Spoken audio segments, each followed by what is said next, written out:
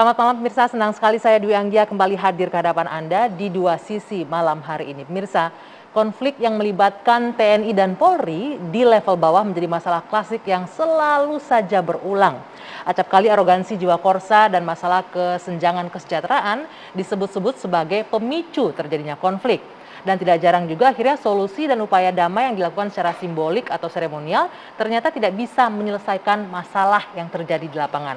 Lalu sesungguhnya apa yang menjadi akar permasalahan dan bagaimana pula penyelesaiannya, kami akan diskusikan malam hari ini di Dua Sisi. Ya, seperti Anda simak tadi yang terbaru terjadi di Papua, ini terjadi konflik atau perseteruan antar satgas terjadi malahan ya.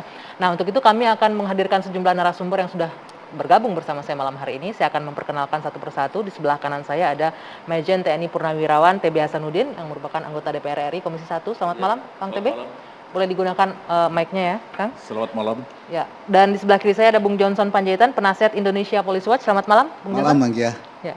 Di ujung sana ada Bung Reza Indragiri, psikolog forensik. Selamat malam, Bung Reza. Selamat malam, Assalamualaikum. Dan tergabung juga secara virtual bersama kita malam hari ini Komjen Pol Purnawirawan Nanan Soekarna, Wakapolri 2011-2013. Selamat malam Pak Nanan. Malam dari Bajawa. Wah, lagi di Bajawa nih, lagi jauh ya, makanya tidak bisa langsung bergabung malam hari ini. Baik, kita akan langsung mulai diskusi malam hari ini. Apa sih sebenarnya yang menjadi akar permasalahan konflik yang tidak berkesudahan antara TNI dan Polri? Dan sayangnya ini terjadi justru di lapangan, di level bawah gitu ya. Saya mau ke Kang TB terlebih dahulu. Pak TB ini sebagai orang yang pernah di dalam TNI ini ya, Anda melihatnya apa sih yang menjadi pemicu yang kalau bisa dibilang pasca reformasi sampai sekarang itu nggak pernah usai gesekan di bawah? Diskusi ini barangkali harus memerlukan atau membutuhkan waktu yang panjang. Saya harus secara bertahap dulu ya. Kalau soal perkelahian antar angkatan dengan antar angkatan dan polisi sejak dulu itu sudah ada ya. Tetapi gerak dari perkelahian itu beda. Dulu lebih banyak pada perkelahian dengan tangan kosong, bela diri itu sehingga dilatih bela diri ya. Kalau sekarang lebih serem dengan menggunakan senjata, bayonet dan alat-alat lain. Nah itu jadi perbedaannya. Dulu ketika ada perkelahian hanya dalam 1-2 hari selesai, diselesaikan secara kekeluargaan. Hampir tidak diselesaikan secara hukum dan selesai begitu. Era zaman dulu saya kira berbeda ya. Kemudian juga publik tidak langsung tahu. Wah, sekarang karena apa? Media sosial viral, ya? tidak sepiral seperti sekarang. Kalau sekarang saya kira ya konflik itu lebih banyak. Tetapi saya mencoba yang pernah ada di dalam ya jajaran TNI, saya pernah jadi komandan peleton, komandan kompi, komandan batalion dan sebagainya. Kira-kira saya mencoba mencatat di akhir-akhir ini ya, ketika terjadi perkelahian event dengan siapa saja, pelakunya itu rata-rata mereka prajurit-prajurit yang muda, masih muda. 1 tahun, 2 tahun, 3 tahun. Jadi jarang kopral, tapi prajurit 1, prajurit 2 lah begitu ya mereka.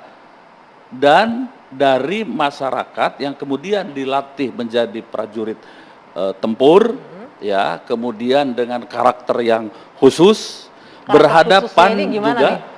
Karakter khususnya karakter khusus itu begini ya, mereka baru dilatih pertempuran dahsyat ya, ada semacam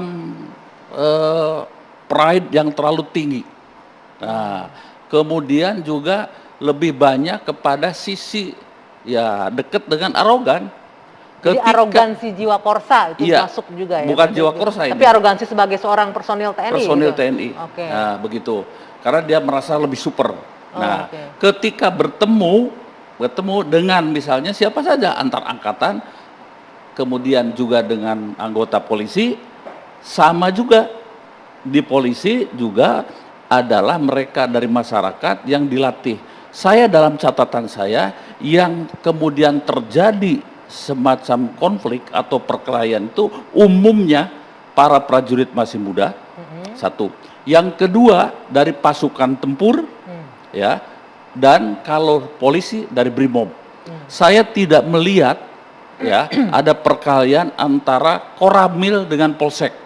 Mereka hidup rukun baik-baik saja, bahkan kantornya berdampingan, makan bareng, ngopi bareng, merokok bareng dan sebagainya. Jadi kalau bisa disimpulkan karena emang jiwa muda yang masih Salah emosional satu di gitu antaranya seperti itu ya. Jadi arogansi perorangan dan lain sebagainya. Kemudian ketika temannya kena pukul, ya sudah begitu. Rame-rame langsung gitu. Rame lah langsung. Tapi begitu. selama Anda di TNI sebagai memegang pasukan gitu ya, Ya. pernah mengalami mungkin prajurit Anda yang ikut terlibat misalnya konflik dengan polisi? Sama saja.